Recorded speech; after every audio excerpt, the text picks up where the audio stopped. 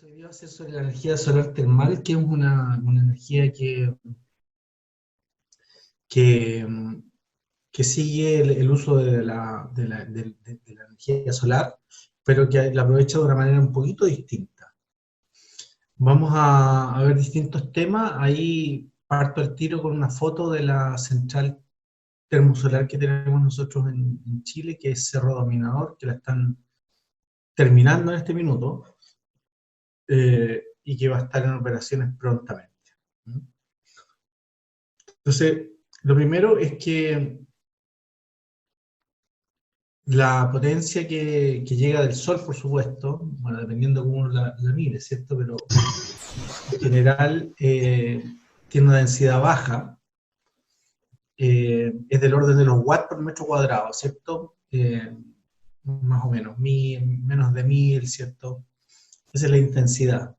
Entonces, la idea de esta energía solar termal, también se llama energía solar concentrada, es concentrarla, haciendo el mismo efecto de la lupa.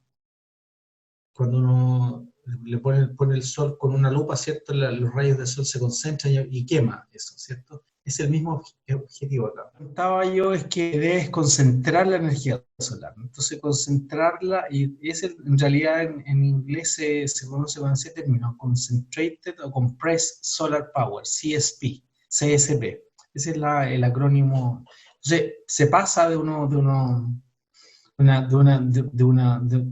orden de magnitud, ¿cierto?, a los megawatts, haciendo haciendo esta técnica de concentrar la energía en un mismo punto.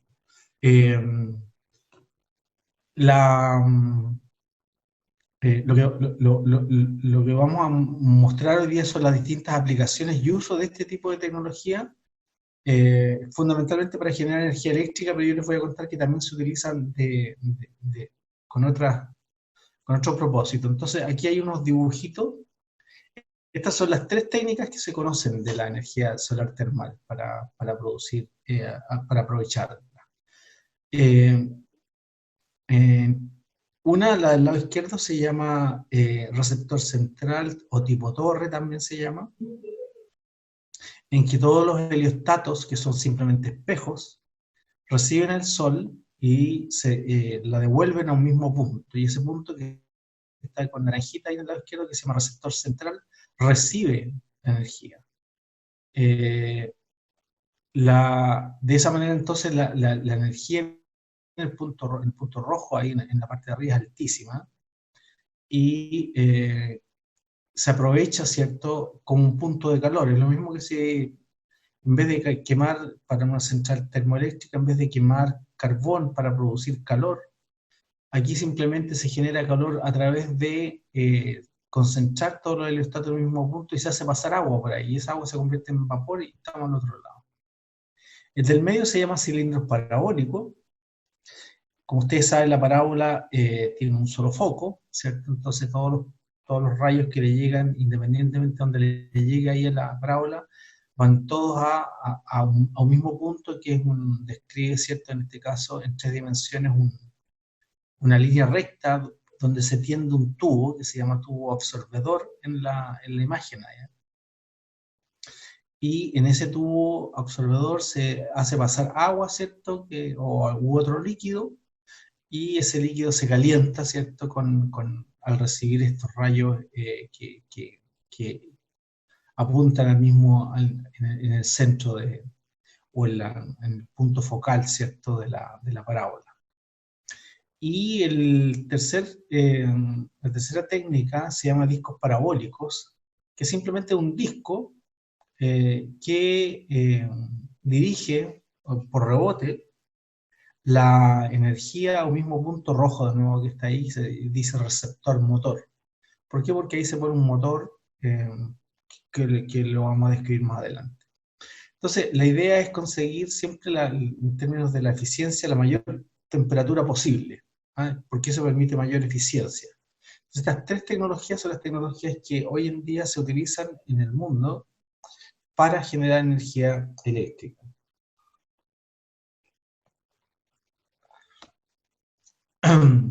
aquí hay un diagrama de las mismas que vimos, y se agregó uno que es una variante del, si ustedes quieren, es una variante, puede ser del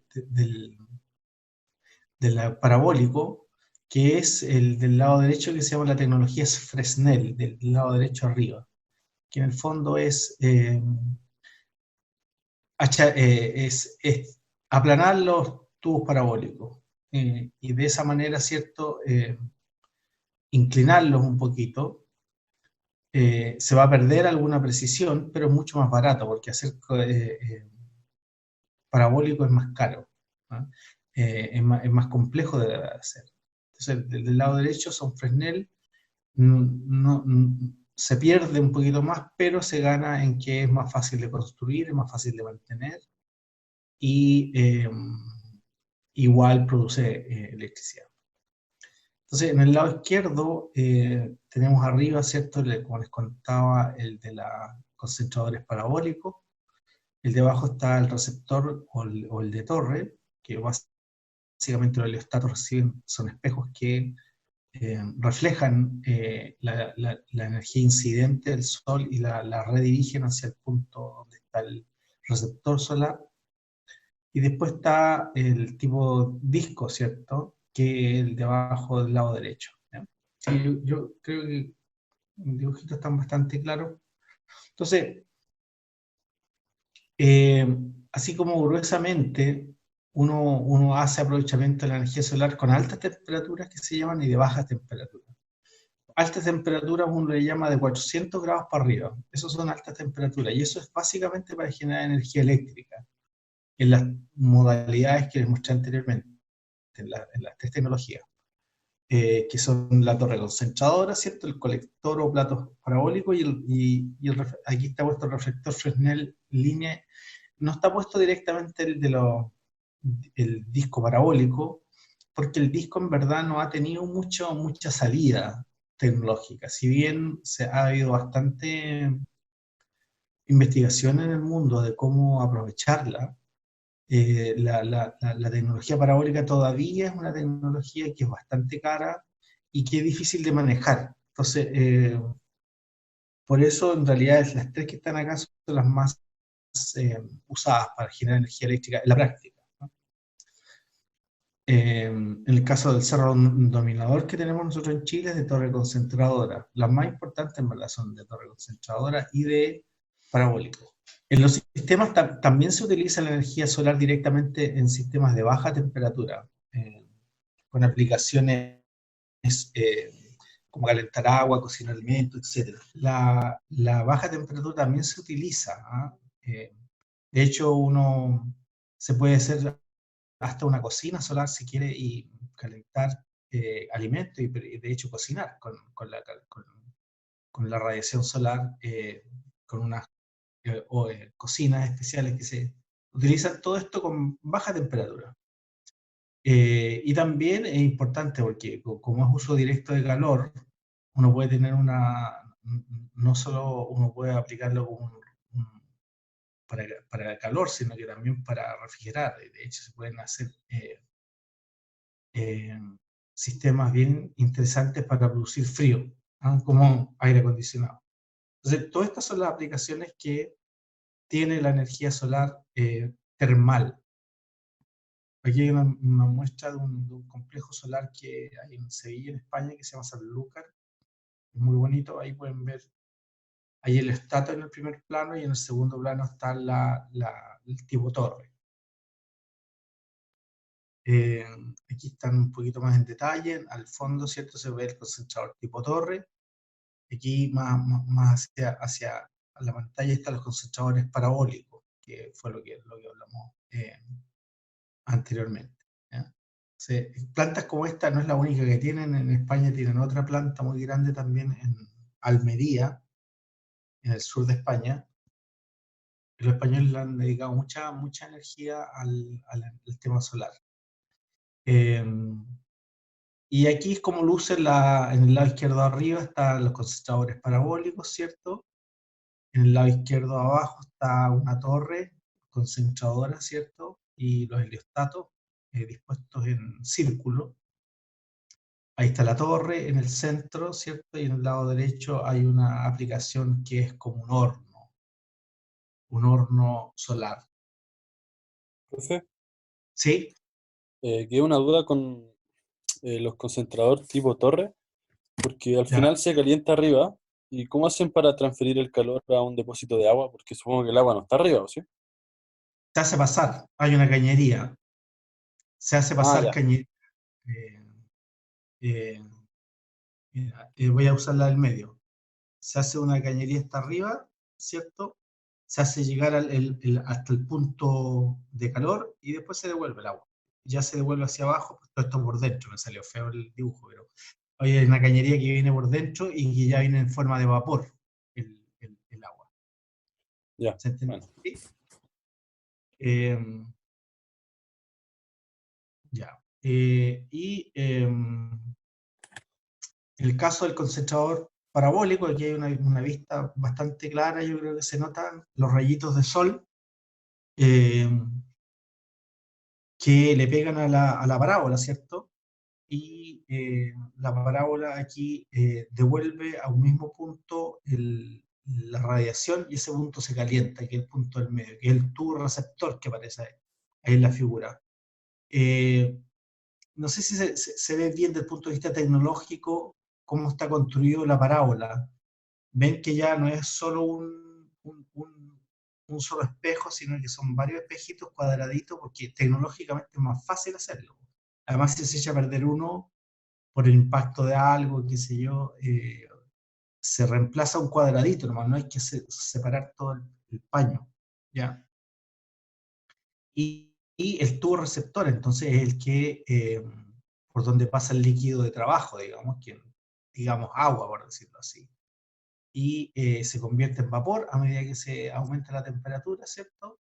Y tenemos a la derecha un esquema típico de cómo funcionaría este asunto. Eh, entonces sale el líquido a una temperatura alta, digamos a 390 grados Celsius aproximadamente, eh, y eso es vapor, ¿cierto? A 390 grados que le pega a una turbina y la turbina finalmente gira, por supuesto, y se genera la energía eléctrica. Por supuesto, además tienen que haber elementos de potencia, ya lo hemos visto, ya ciertos transformadores, un montón de cosas que van ahí, pero en el fondo lo que hace el colector de campos eh, parabólico es calentar un líquido. Eso es lo que hace. Y ese líquido se evapora y con el vapor se genera la energía eléctrica. Entonces, típicamente lo que hay aquí, esto está en investigación todavía en el mundo, ¿ah? O sea, es una tecnología que está constantemente en transformación. Buscar mejores componentes para realizar esto, por supuesto. Que los colectores sean mejores, que la estructura sea más barata, más liviana, de modo de que pues, se reduzcan los costes y se mejore la eficiencia. Mejorar también el fluido es agua, por supuesto, pero pues, hay otros fluidos que son más eficientes. Entonces también hay mucha investigación al respecto. ¿Ya? Profe, Eh, y, preguntaron aquí en el chat de cómo se controlan o manejan los efectos por condiciones climáticas en los espejos. Dice, porque supongo que al ser un material donde debe tener un buen índice de reflexión, la calidad superficial del espejo es vital. por supuesto que es vital, sí. Eh, Eso también es una fuente eh, de mucha investigación. No, no hay ahora o sea, existe por supuesto distintos materiales en los cuales se construyen esto, pero está en constante mejoramiento. Lo que hay, voy a intentar a ver si entendí bien la pregunta. Primero, lo que tienen estos colectores parabólicos, tienen un ángulo de giro, ¿no? Entonces se ubican de modo a hacer un traqueo óptimo del Sol. Esto va girando, ¿ah? Así está el colector, ¿cierto? y gira, ¿ya? Entonces, a medida que va girando, se va haciendo el seguimiento del Sol y ese seguimiento, y por supuesto en promedio, se busca que en promedio eso sea se maximice la potencia que se va a producir, en este caso, en la potencia eléctrica.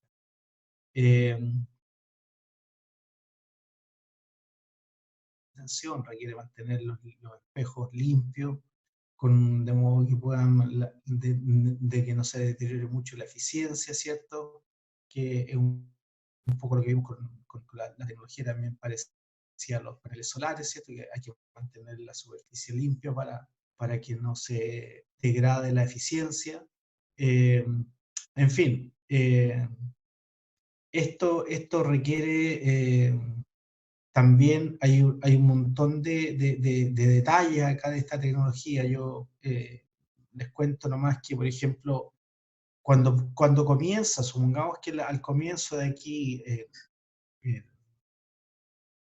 supongamos que el agua viene fluyendo de derecha a izquierda, ¿ok? Entonces, si el agua, por ejemplo, viene de allá, en ese sentido, lo voy a poner en ese sentido, ¿ya?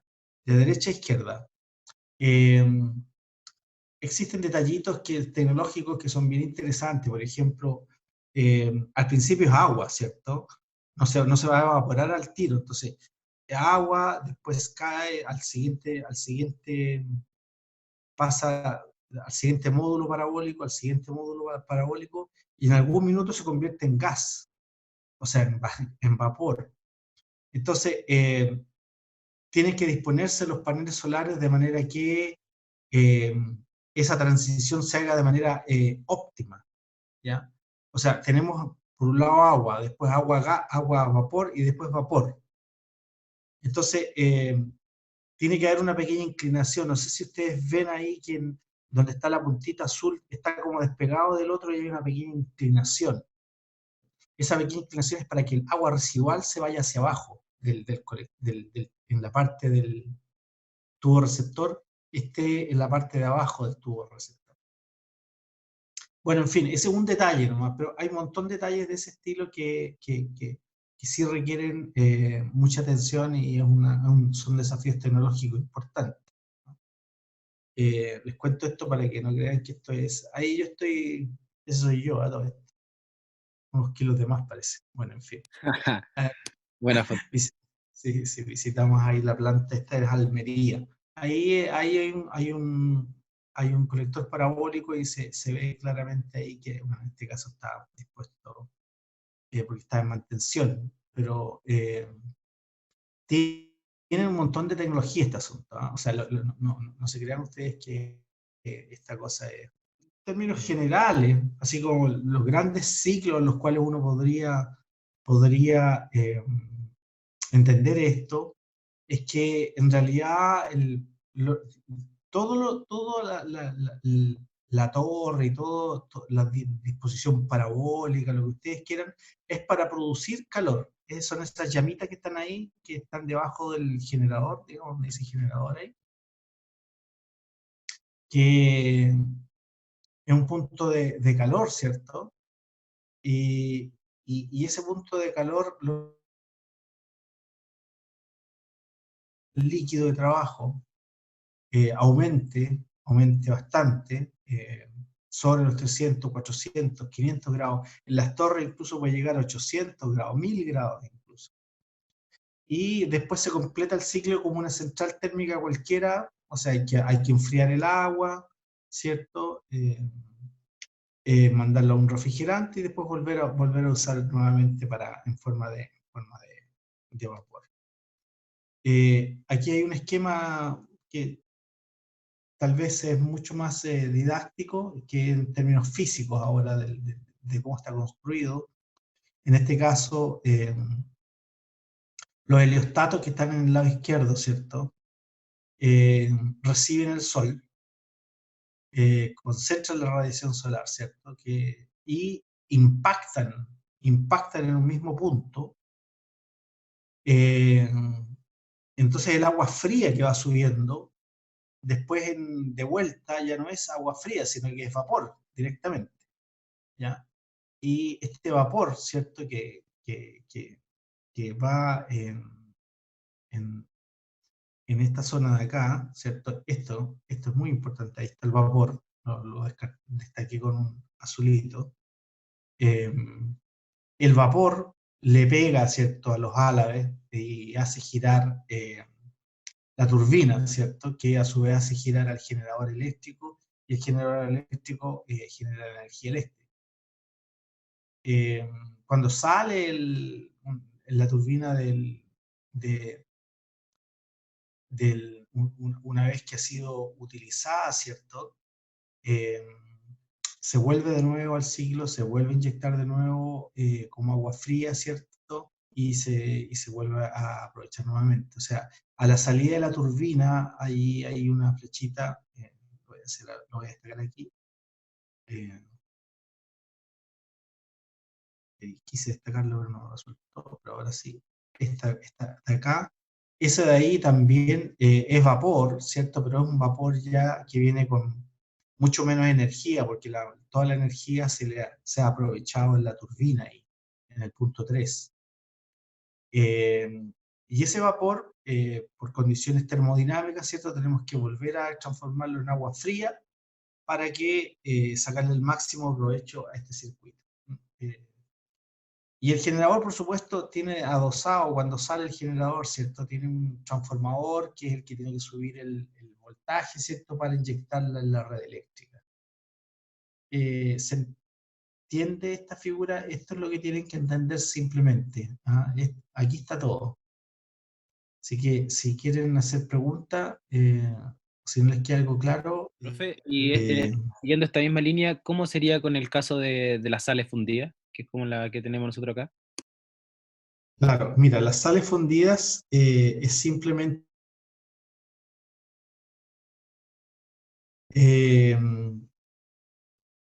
un sistema, es simplemente un sistema que nos permite operar la máquina de noche, ¿ya? Es cuando no hay sol. Si no hay sol, entonces todo esto que está acá, todo este sistema que está acá, ¿cierto? No tira calor porque es de noche, ¿cierto? Entonces aquí es de noche, no se puede generar calor. Entonces, ¿qué es lo que hacemos en la noche? Esa es la pregunta. ¿Qué es lo que hacemos en la noche? Entonces, en la noche, para resolver ese problema, se utiliza un sistema, lo voy a dibujar aquí un cuadradito, se pone aquí en un recipiente unas sales, eh, unas sales aquí en esta zona, que durante el día esas sales reciben el sol directamente y esas sales se calientan bastante. Entonces después en la noche el agua fría ya no se hace pasar por aquí, por esa zona. No se utiliza eso. No se utiliza, sino que el agua fría se le hace un circuito para que pase por acá, reciba el calor aquí y se devuelva. ¿Se entiende un poco, no? Sí. ¿Sí? Ya, qué bueno, qué bueno. Es otro punto de calor nomás, pero es de noche. Esas son las sales. Ya, perfecto. Con eso, con respecto a eso mismo, si acaso puede mencionar algo como con respecto a la potencia firme que había hablado antes, que la gracia es igual que de generar de Claro, noche. claro, cuando tenemos un sistema que solo depende de la luz del día, estamos fritos porque de noche no funciona. Entonces vamos a tener una instalación, una planta, que solo funciona 10 horas, 8 horas al día.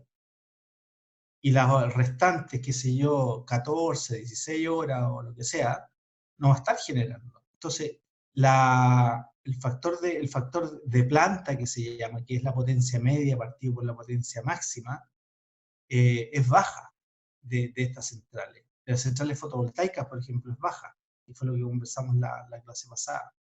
En cambio, si yo le agrego este sistema de sales fundidas acá, y puedo generar de noche, ya en vez de generar 8 o 10 horas, voy a poder generar 16 horas, voy a poder generar incluso 18 horas, 20 horas voy a poder generar.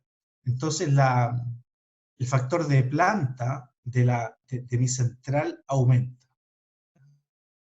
Así se dice en términos técnicos, el factor aumenta. Ya, ¿Profe? sí, sí. ¿No sabe, quizá como dato freak, a qué temperatura se calientan las sales con el recurso solar? Mira, no sé a qué temperatura se calienta la sal, pero yo sé que es alta. ¿Y ese calor se mantiene durante la noche? O bueno, ¿cuántas Por horas? supuesto. Yo me sé el dato. Son Dale, 560 grados Celsius. dale, bien, muy bien. Ya. La de Sí, Chile, la sí. de Chile. ¿Y alrededor de cuántos metros cúbicos de sal se tienen? Mira, Cero. ese dato lo tengo al final de la presentación. Ya. Si esperamos un Ah, ya. cachito, pero viene. Ya, vamos a hablar de eso, ¿ya? Eh, pero sí, es un tema interesante. De hecho, es muy interesante esa capacidad que tienen las centrales solares de concentrar la energía, o sea, de poder usar sales, porque además en el norte de Chile hay sales, tenemos las sales, entonces lo tenemos todo. Vamos a hablar un poquito más de eso. Lo que les quería contar en términos generales, entonces, lo que uno tiene es un campo de heliostatos, ¿ya? Eso es lo que tiene en estas centrales, ya sea heliostato en este caso para el central tipo torre, ¿cierto?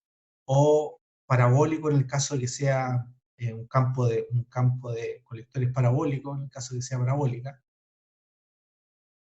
que son los más usados, y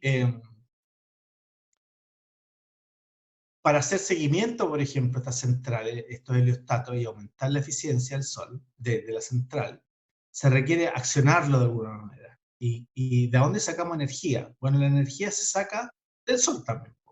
Por ejemplo, en este caso, no sé, en el lado derecho arriba les puse un dibujito, que no sé si lo alcanzan a ver, pero es un dibujito, lo voy a envolver en un círculo acá, es este que está acá, o en un cuadrado, no sé dónde lo estoy envolviendo, pero estoy tratando de envolver. Ese que está ahí, si ustedes ven al medio, tiene un panel PV, un panel fotovoltaico, ese cuadradito que está ahí. Y ese panel PV es el panel que genera la electricidad necesaria para que el motor pueda hacer el seguimiento del panel, para poderlo maniobrar el panel. ¿Ah? Entonces, de esa manera se aumenta la eficiencia utilizando la misma energía solar, pero a través de un panel fotovoltaico. Entonces, lo que tenemos acá es, tenemos el campo solar, ¿cierto? El campo de colectores solares, y se genera la energía eléctrica, ¿cierto?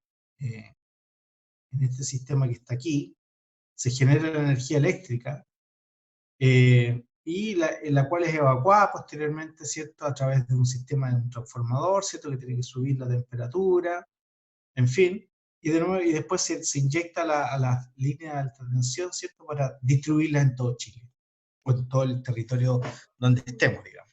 ¿Profe? ¿Sí?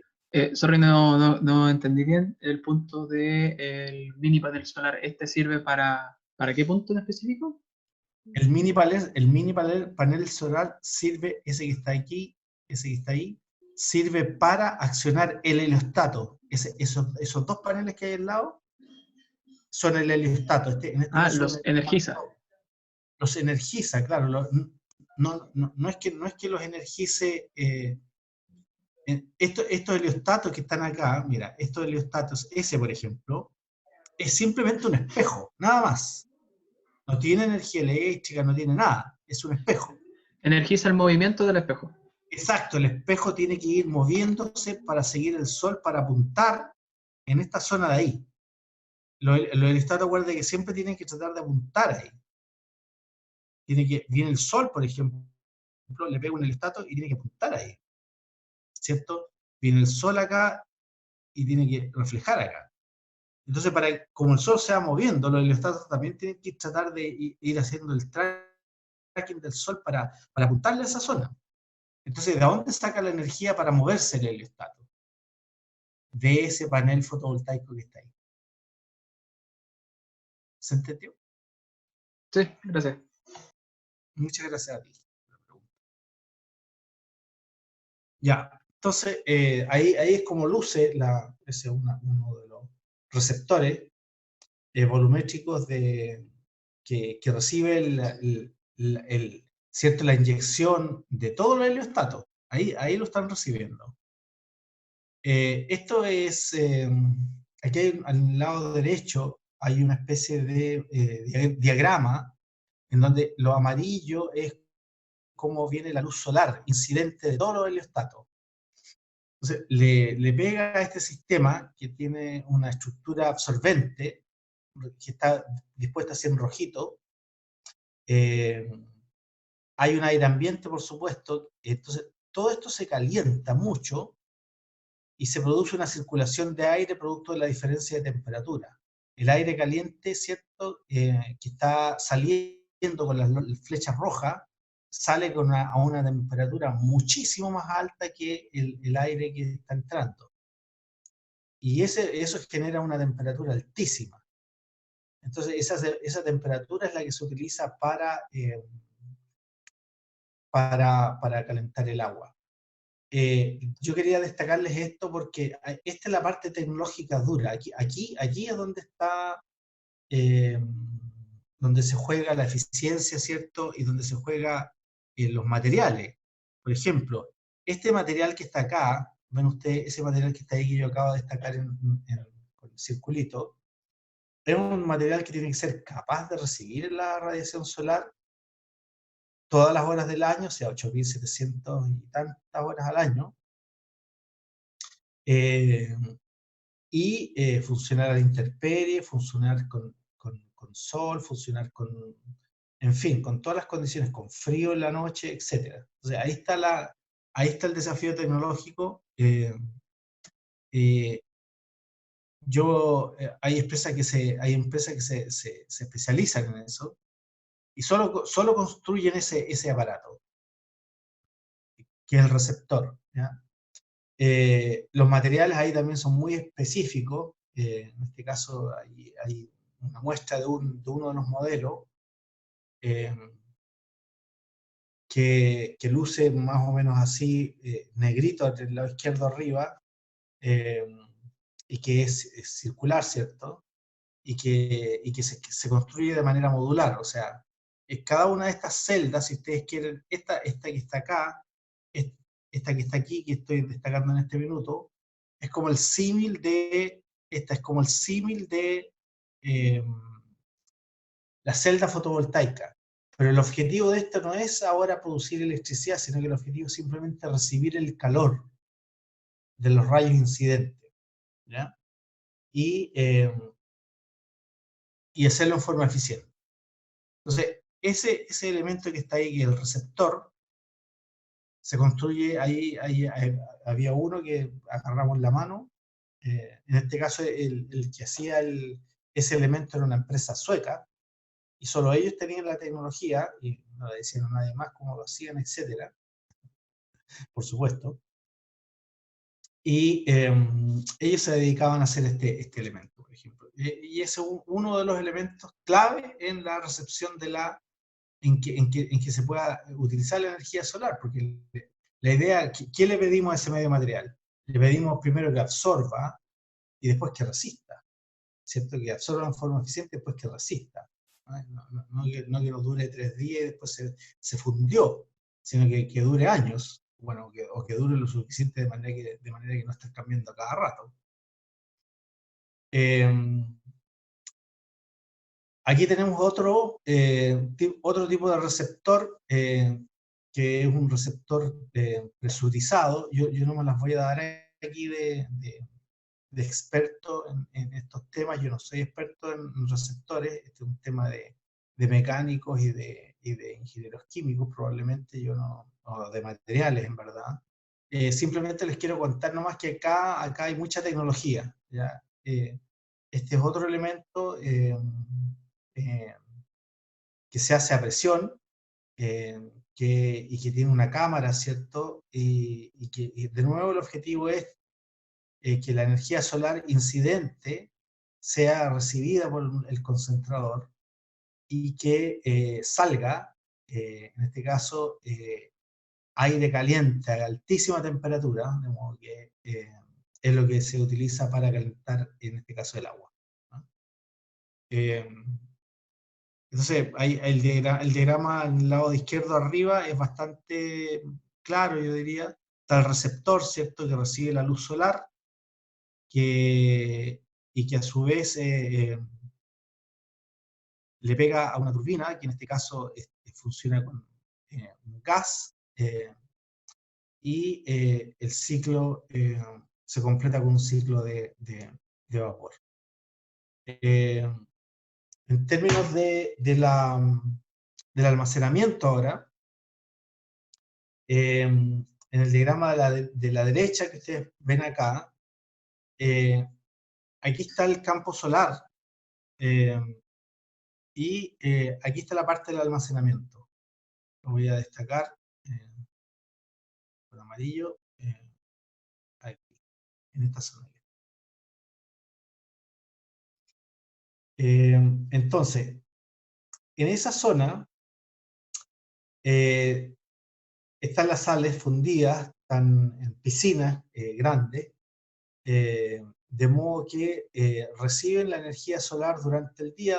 Cuando hay sol, el sol entonces se aprovecha de dos maneras: directamente en el campo solar de heliostatos, ¿cierto?, para calentar, en este caso, supongamos que un tipo torre, se calienta el punto calor de la torre, pero en otro lado también hay una zona en la cual están las sales fundidas recibiendo este calor durante el día, y después en la noche se utiliza, y ustedes pueden ver acá, durante el día, ¿cierto?, no se hace pasar por acá, voy a hacer en esa zona que está ahí, por esa tubería, si ustedes quieren, no ingresa, ¿ah? Eh, durante el día se absorbe simplemente el calor,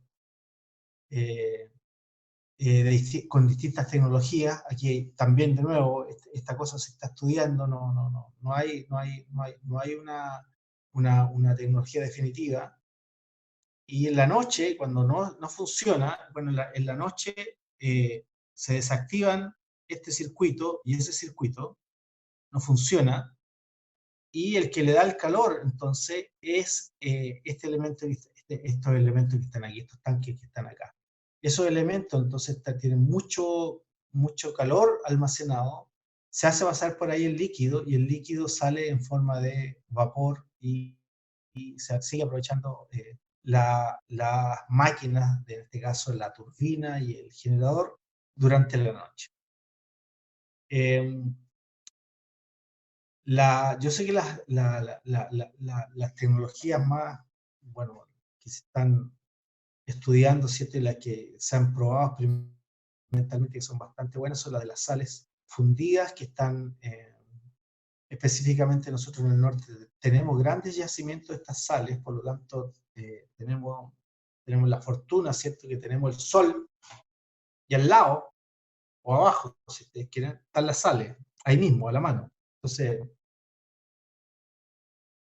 es una tecnología que se le ve mucho potencial en Chile. Mirada esquemática del mismo principio, está el campo solar, ¿cierto?, de los heliostatos, y está aquí hay dos tipos de tanques, uno es caliente y otro es el frío, donde están las sales, y donde se hace pasar el elemento, el líquido, ¿cierto?, en la noche, ¿ya? En el lado derecho, como ustedes pueden ver, está la energía, la steam turbine, que es la turbina de vapor, y está el generadorcito ahí, ¿cierto?, con el típico dibujito de tipo vale chancho. Todo eso no cambia. O sea, las turbinas, el generador, todo eso no cambia. Lo único que cambia de noche es el punto de calor, el que está circunscrito aquí en el dibujo, resaltado en esta zona que está acá, ¿cierto? En esta zona que está acá, en esta zona. Ahí está el almacenamiento térmico. Bueno, los discos parabólicos sí se han estudiado bastante. Hay una máquina que se llama Stirling, que ha sido muy estudiada y que se han hecho muchas pruebas, pero que todavía no hay unos prototipos que sean suficientemente eficientes y prácticos y que puedan competir con las otras tecnologías. Tiene todavía un alto costo en mantenimiento y en la operación. Se busca que los precios sean ojalá similares a los de los paneles fotovoltaicos, pero debido a la última bajada de los paneles fotovoltaicos todavía están muy caros. Y por supuesto se busca que sean durables. Este tipo de aparatos lucen más o menos así. Aquí, esta es una foto real. La saqué yo esta foto años atrás también en un prototipo, esto en Almería. Como ustedes pueden ver, tiene el disco, si ustedes lo miran con calma el disco, igual está compuesto de cuadraditos más chiquititos, sectores, segmentos. De nuevo, por la misma razón, o sea, ¿se puede hacer uno al vacío? Claro, uno podría hacer uno al vacío y hacer una parábola perfecta, pero hacer eso y mantenerlo es muy caro. Es como las parábolas, qué sé yo, que se utilizan en la observación astronómica, etcétera, son de altísima precisión, muy caro, etcétera. Entonces, no queremos eso. Aquí queremos algo que funcione con cierta eficiencia y por eso se hace por parte y se instala entonces. Entonces, ¿qué es lo que ocurre acá? Acá lo que ocurre es que viene un rayo de sol, ¿cierto? Aquí, viene un rayo de sol, pum, rebota y viene para acá. Y le pega a esa máquina. Viene el rayo de sol por acá, pum, rebota y le va a dar a la misma máquina. ¿Ya? Entonces, ese punto es un punto de, donde está el señor ahí parado, es un punto de acumulación. Entonces, ¿qué acumula? Bueno, todo el área, ¿cierto? Todo el área de toda esta área que está acá, ¿cierto? Toda esa área es la que se concentra en un punto ahí, en ese punto de ahí. Y ahí se utiliza una máquina que se llama máquina Stirling, que es una máquina que funciona por diferencia de temperatura. Si ustedes pueden googlear, en realidad es mucho más fácil de que lo hagan directamente en internet. Si ustedes ponen Stirling Machine, van a ver que está lleno de lugares y hacen simulaciones dinámicas en que se entienda el tiro. Funciona con un punto frío, un punto de calor y un gas que se expande y que se comprime. Y eso acciona un sistema de válvulas que hace que se produzca la energía cinética necesaria para, por ejemplo, poner un generador ahí y generar energía eléctrica. ¿Ya? Entonces este motor de Stirling, como les contaba yo, tiene todavía una serie de, ahí puse yo tres prototipos, hay más, distintas tecnologías pero todavía no hay una que sea comercialmente competitiva, digámoslo así. ¿Ya? En este caso de allá, en el lado izquierdo, por ejemplo, esos heliostatos que están ahí son todos cuadraditos, que están ahí, ¿cierto? Son unos cuadraditos, y es como un sector nomás, ni siquiera es un círculo. Hace la misma pega, con un poquito menos eficiencia.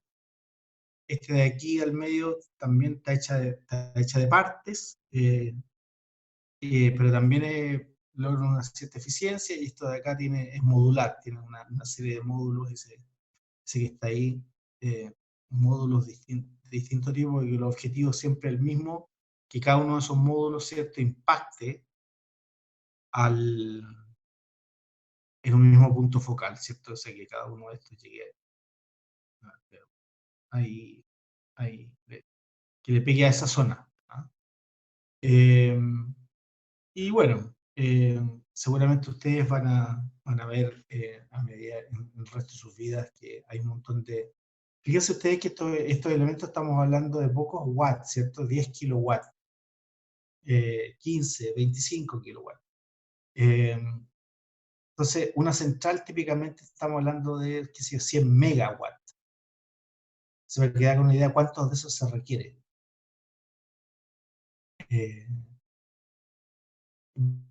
Bastante. ¿Ah? O sea, para 2500, por ejemplo, para 2,5 megas, se requieren 100, por ejemplo, de los de arriba. En fin, es una tecnología que todavía está desarrollándose. Aquí hay un ejercicio que yo hicimos en años atrás, pero que para una energía dada, supusimos 60 gigawatt hora. Para que ustedes tengan una idea, Chile el año pasado, lo acabo de ver este dato, consumió 75.000 gigawatt hora, o sea, poquito menos que el consumo de Chile anual. Y aquí está las tecnologías, el concentrador parabólico son las dos primeras y las dos que siguen son de torre. Y ahí se ve cuál sería la potencia nominal, factor de planta real, y la superficie que se requiere. Fíjense ustedes que no es grande esa superficie, ¿cierto? O sea, comparado a la más grande, por ejemplo, el diseño que dice AIBU de Chile, que lo hicimos totalmente ineficiente, pero queríamos simplemente probar. 20 kilómetros por 100 kilómetros. El norte de Chile, ¿qué dimensiones tiene más o menos?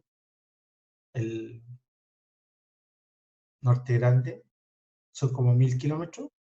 ¿Por cuánto? Como por 300, ¿no? En promedio, o por ahí.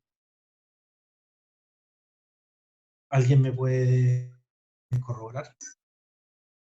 De ancho puede que sean menos, o sea, en Antofagasta es más, pero como en la cuarta, yo sé que justo donde estoy yo, que más abajo de Serena son como 70 kilómetros, que es la parte más angosta igual. Pero de arriba deben Claro, ser unos 150 y una extensión de unos 1000, 1200 por ahí. ¿cierto? Entonces como usted dice, estamos de más con esto.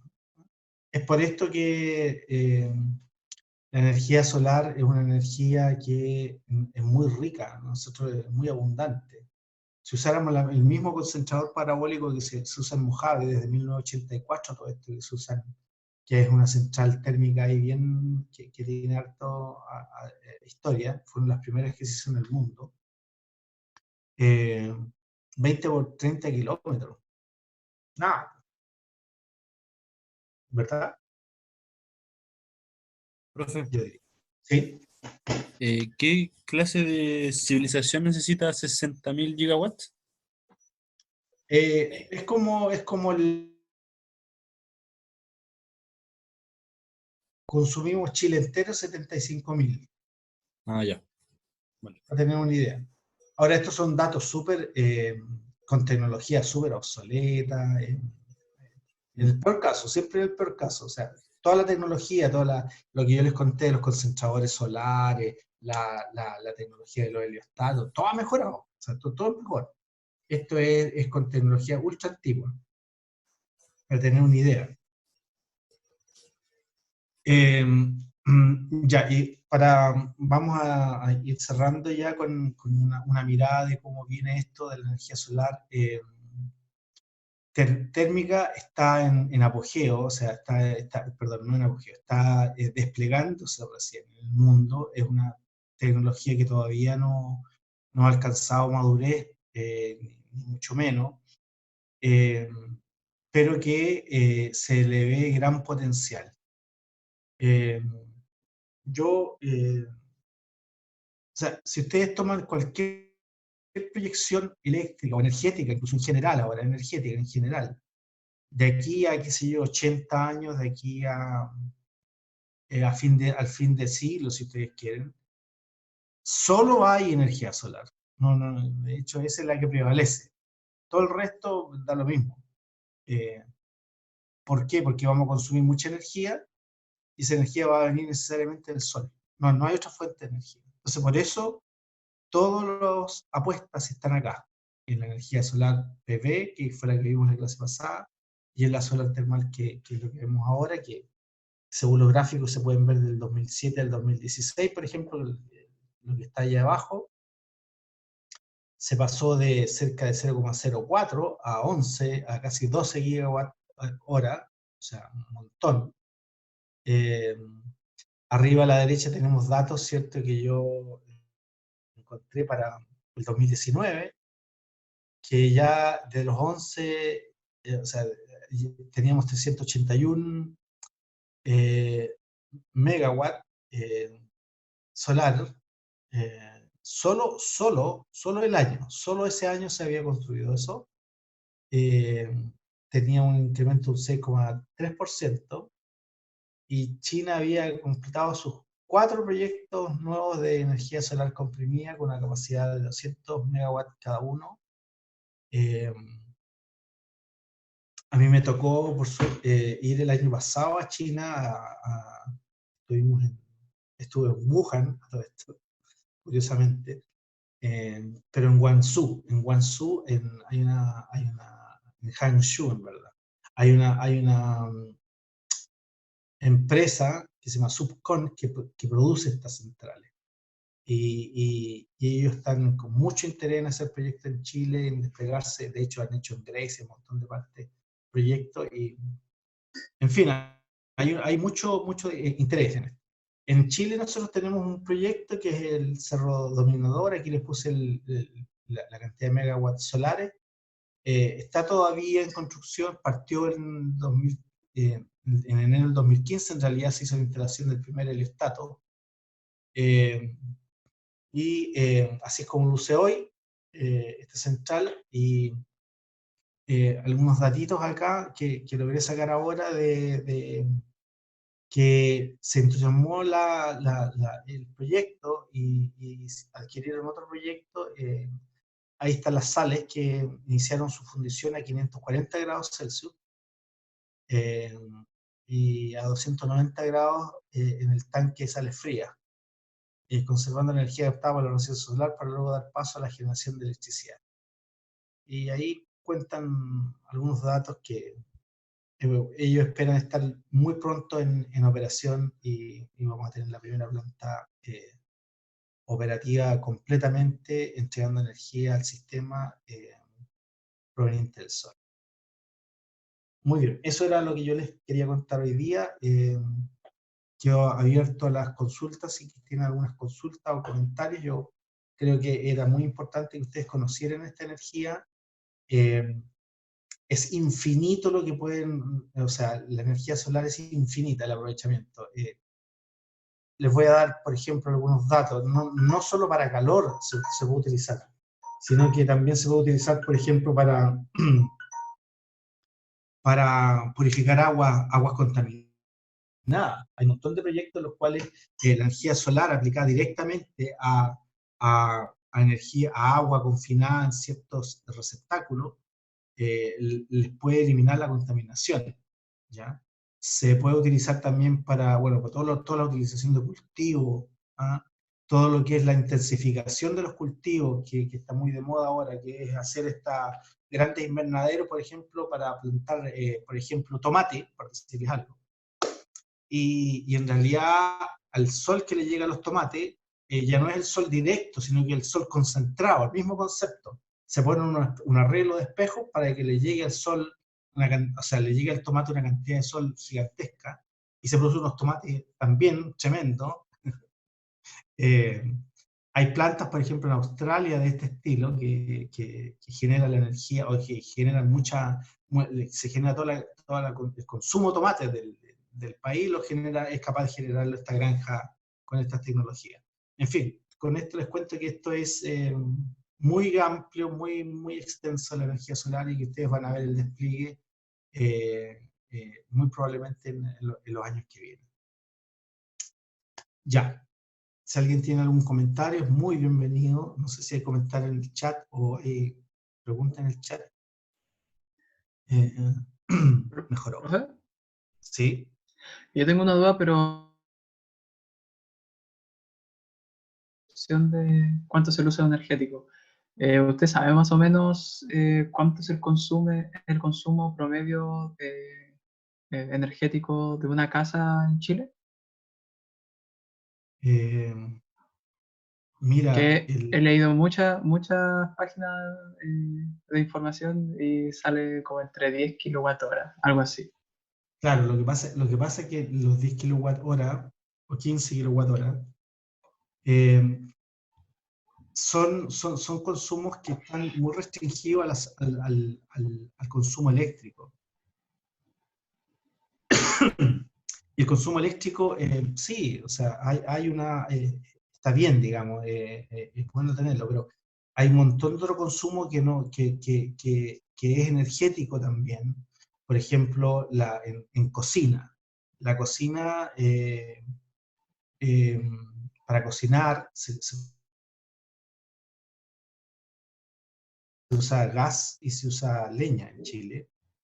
Pero no solo eso, sino que también para la red de agua caliente de los baños, de la ducha, etc. También se usa mucho calor.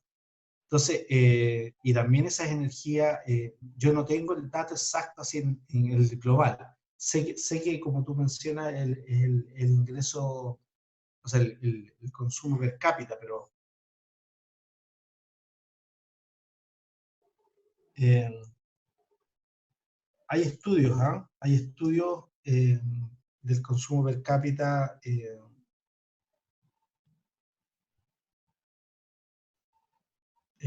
no solo en términos económicos, sino que en términos energéticos. A ver, acá, Ya. pero por ahí es consumo de energía. Sí, está el dato de más, ¿ah?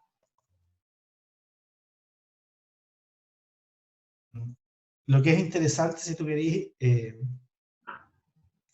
claro, aquí está como el per cápita, 3.800, decía lo que me sale aquí, pero no, este está como desactualizado. Interesante ver ver la distribución en los países de ese indicador. Eso sí que es salvaje. El consumo per cápita entre países energéticos. Aquí hay un montón de bases, están todos los consumos per cápita de los países. Y hay una dispersión gigantesca. O sea, estamos hablando del orden de uno. Ya, muy bien, jóvenes. Entonces, como les contaba, vamos a hacer la clase de la evaluación de proyecto, la próxima clase, el jueves, ¿ya? Y mañana tienen la auxiliar. Gabriel, no sé si quieres agregar algo, si estás por ahí, si quieres agregar algo de la clase de mañana. Que vayan, o sea, que traten de estar, porque la mayoría de las dudas van a salir dudas, y sobre todo si tienen comentarios de feedback para que los podamos, sobre el proyecto 1, de qué dificultades se encontraron, qué problemas tuvieron, para poder ayudarlos de mejor manera para el proyecto 2 y la tarea 1. Estamos cerrando, muchas gracias y nos vemos el próximo miércoles. Mañana.